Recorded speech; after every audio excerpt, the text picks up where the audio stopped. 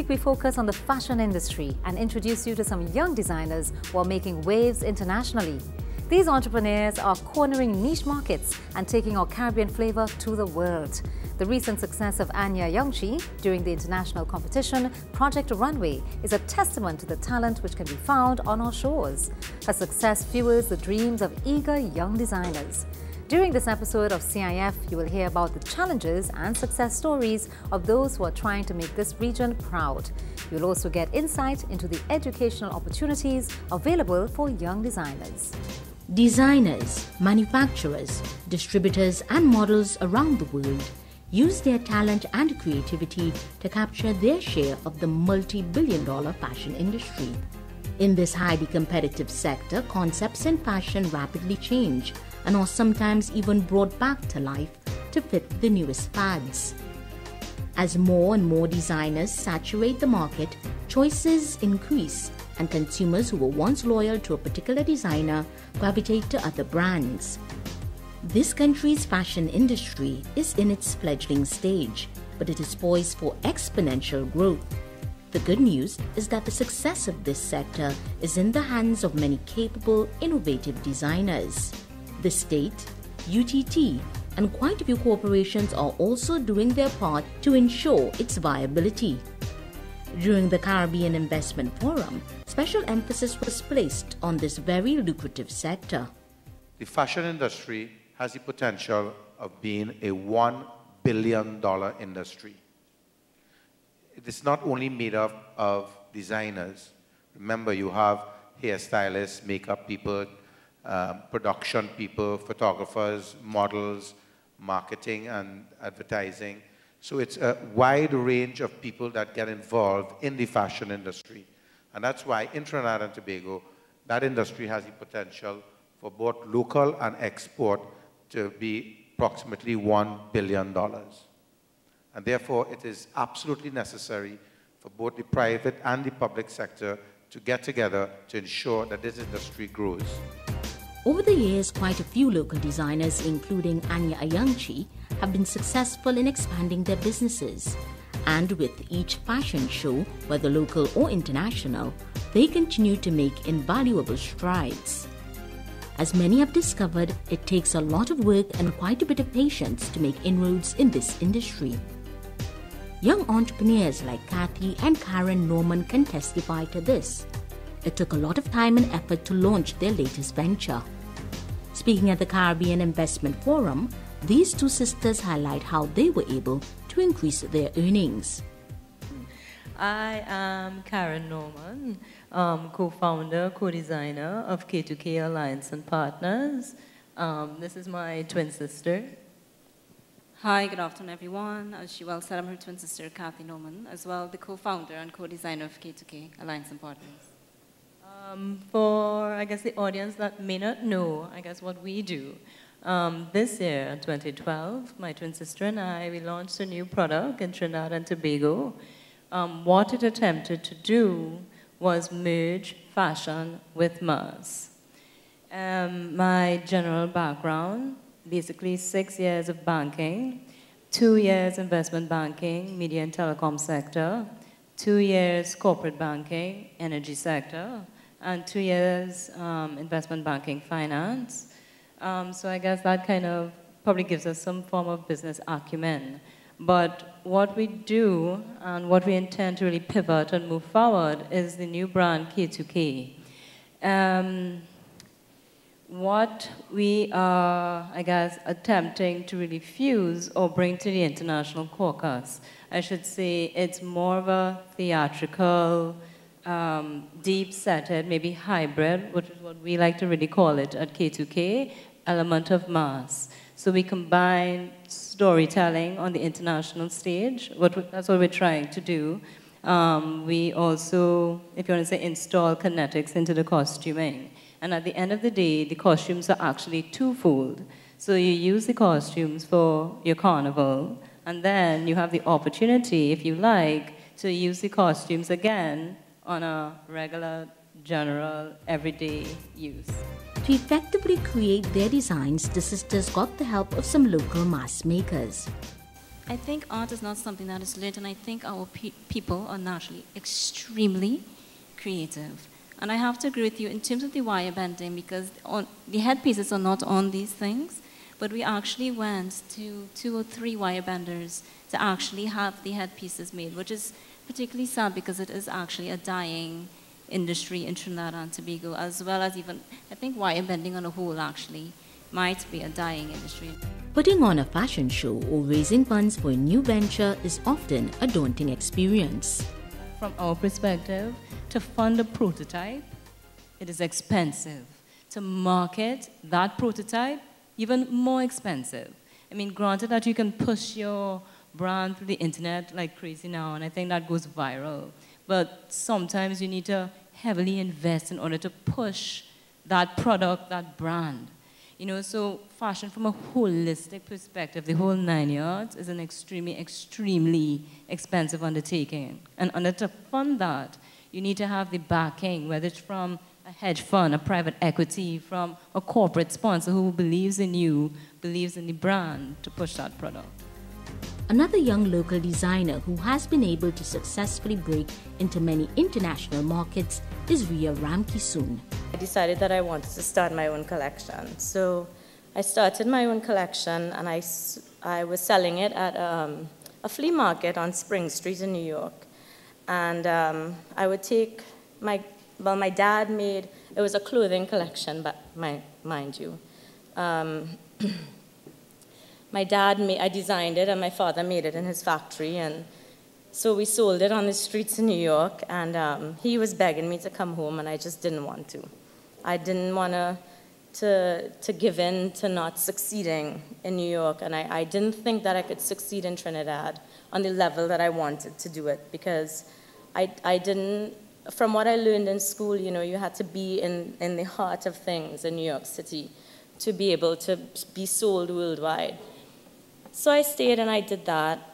Then I made a bag, and I went to a club, and someone stole my bag and took all the stuff out of the bag, poured it on the table, and stole the bag. So a friend of mine said, you know, you have something here, you should make more of these bags. So I did, and then I got an investor, bankers.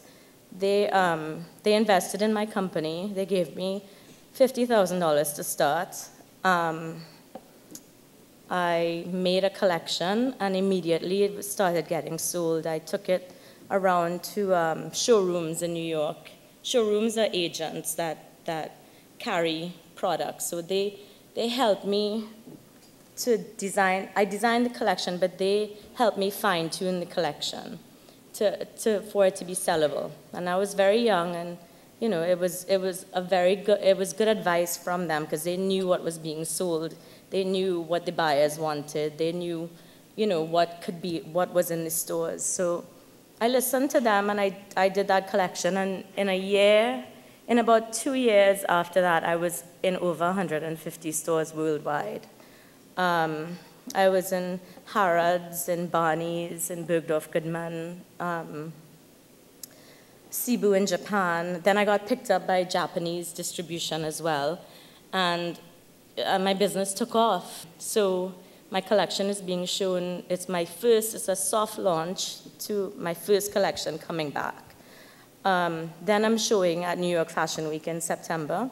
Not at Mercedes-Benz, but I'm going to show my collection.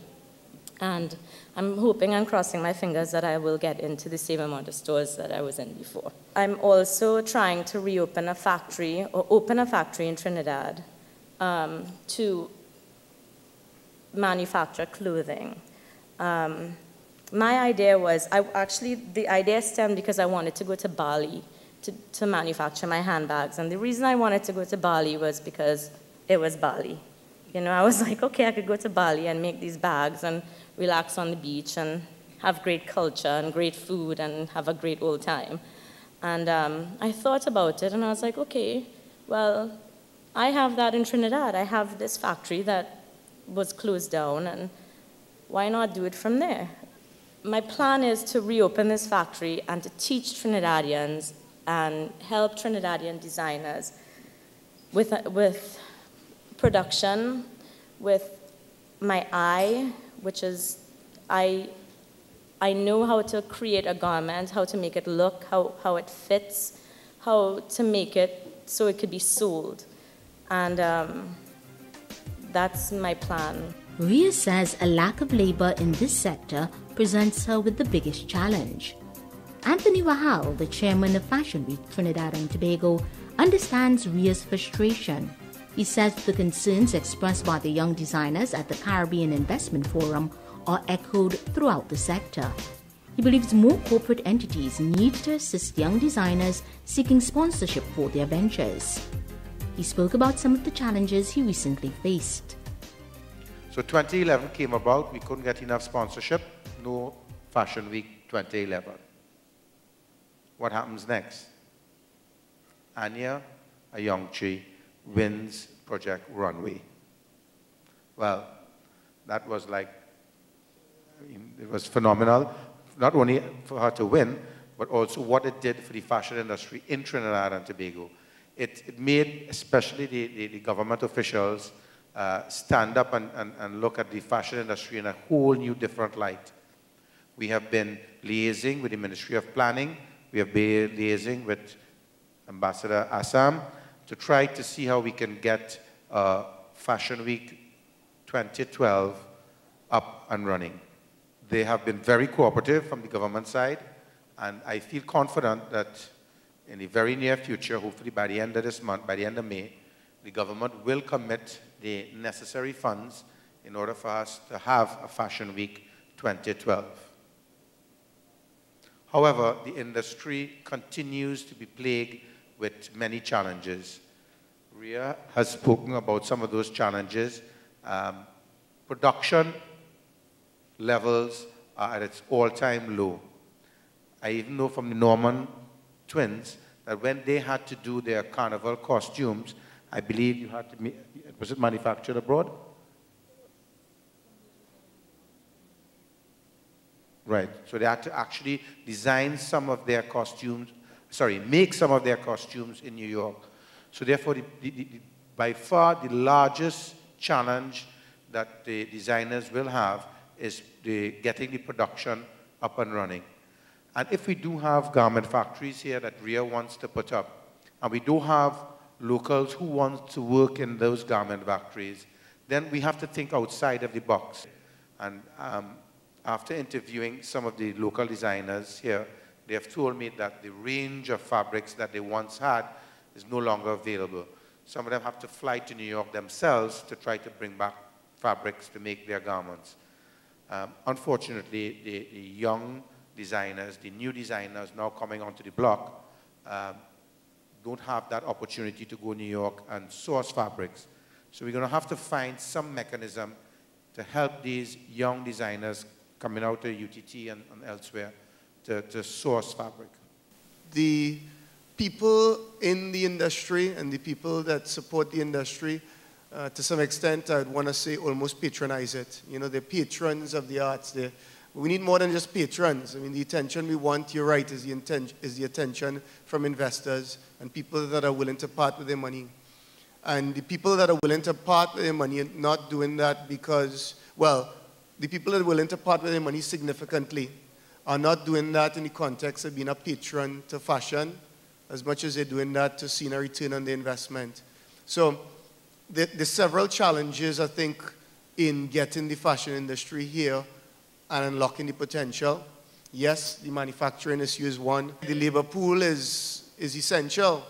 We have a history, as Anthony mentioned, and a couple other stakeholders mentioned, and I just found out the Norman twins too, their parents were involved in the garment industry. I mean, I spoke to a number of other people that are involved in either having a factory and it has died. And my personal feeling on when an industry or a sector or a component of a labor force dies is because, I mean, there's an alternative, that there's a lack of motivation. I don't think that anything we could do to get people into manufacturing, if we just tell them if we have the programs, I don't think they will go, quite frankly.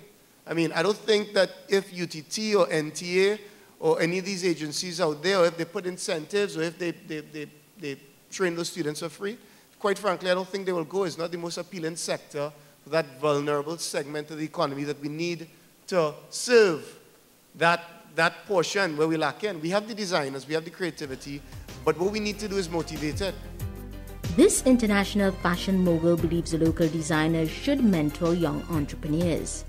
I think opening a factory in Trinidad is a great opportunity for those young designers, which I've been able to coach and mentor and work with yesterday and this morning. And they need that support of a factory, for them to be able to run a more profitable business.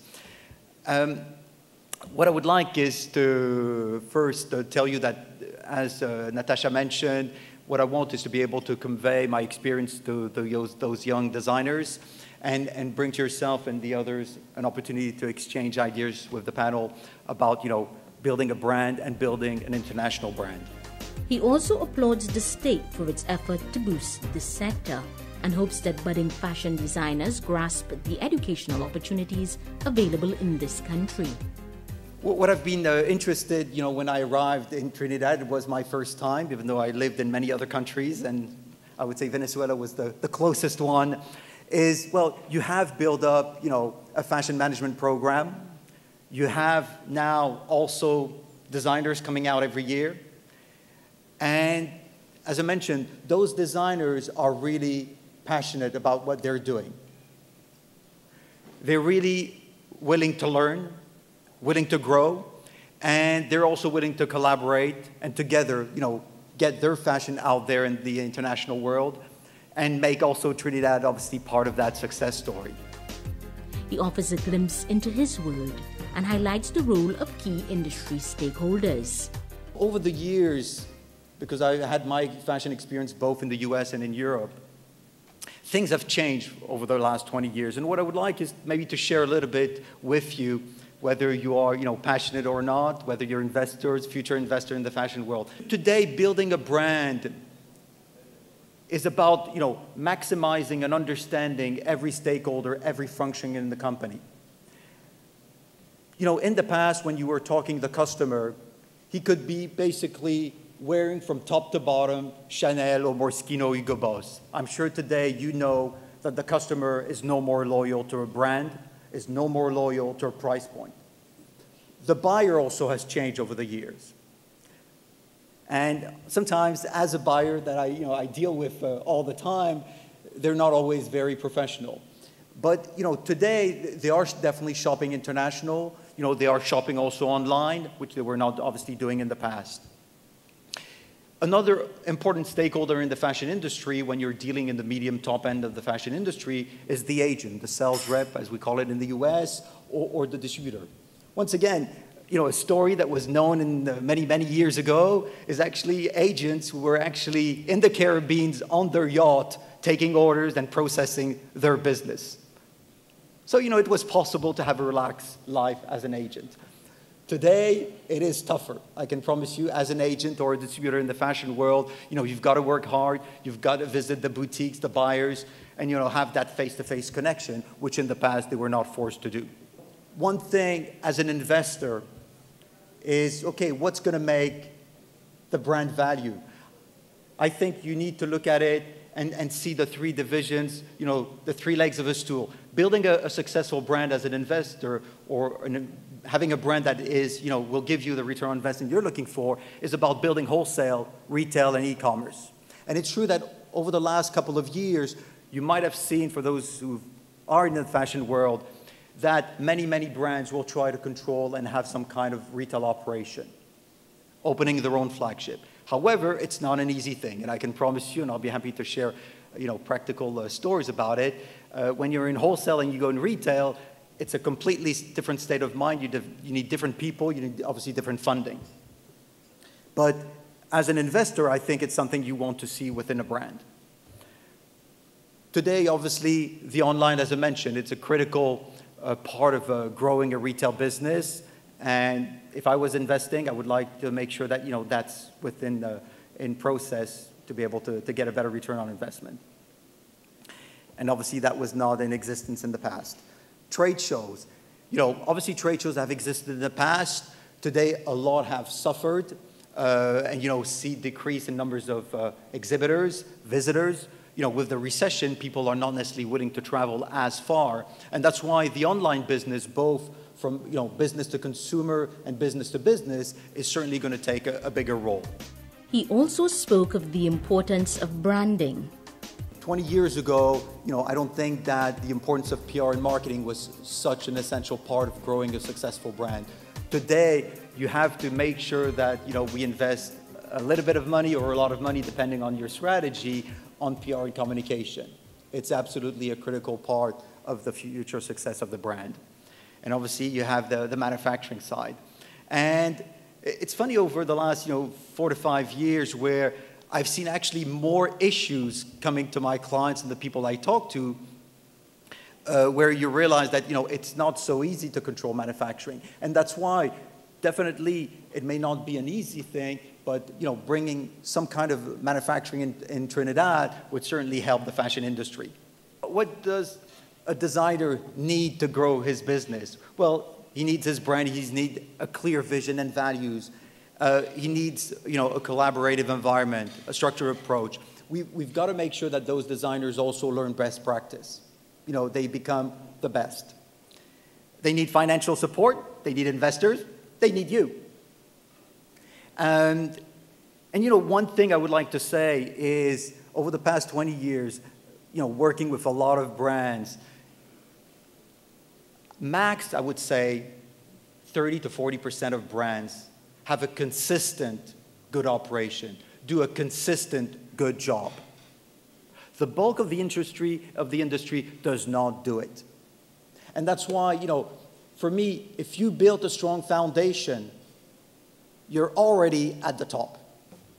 Well, if you're an investor, and I hope you are, you want a great brand, you want a vision, you want also values, you want a profitable, business concept, you want a good management team, because it all boils down to execution, so you need that management team, and we'll make sure we give you also an exit strategy. And that's why I'm really happy, and I thank Anthony Aboud, and I think also Jason from InvestTT, to have decided to look into, the process and building up a fashion cluster.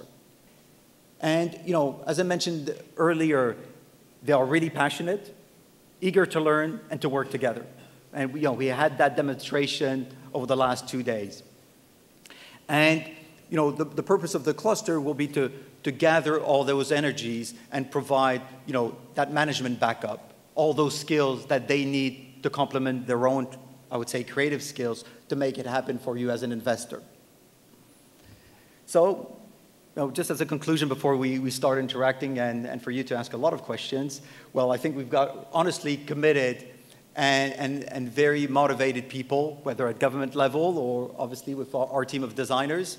So, and I think that, going on new initiatives that supports InvestTT, I think you're having a great tool to make those designers honestly count in the international marketplace.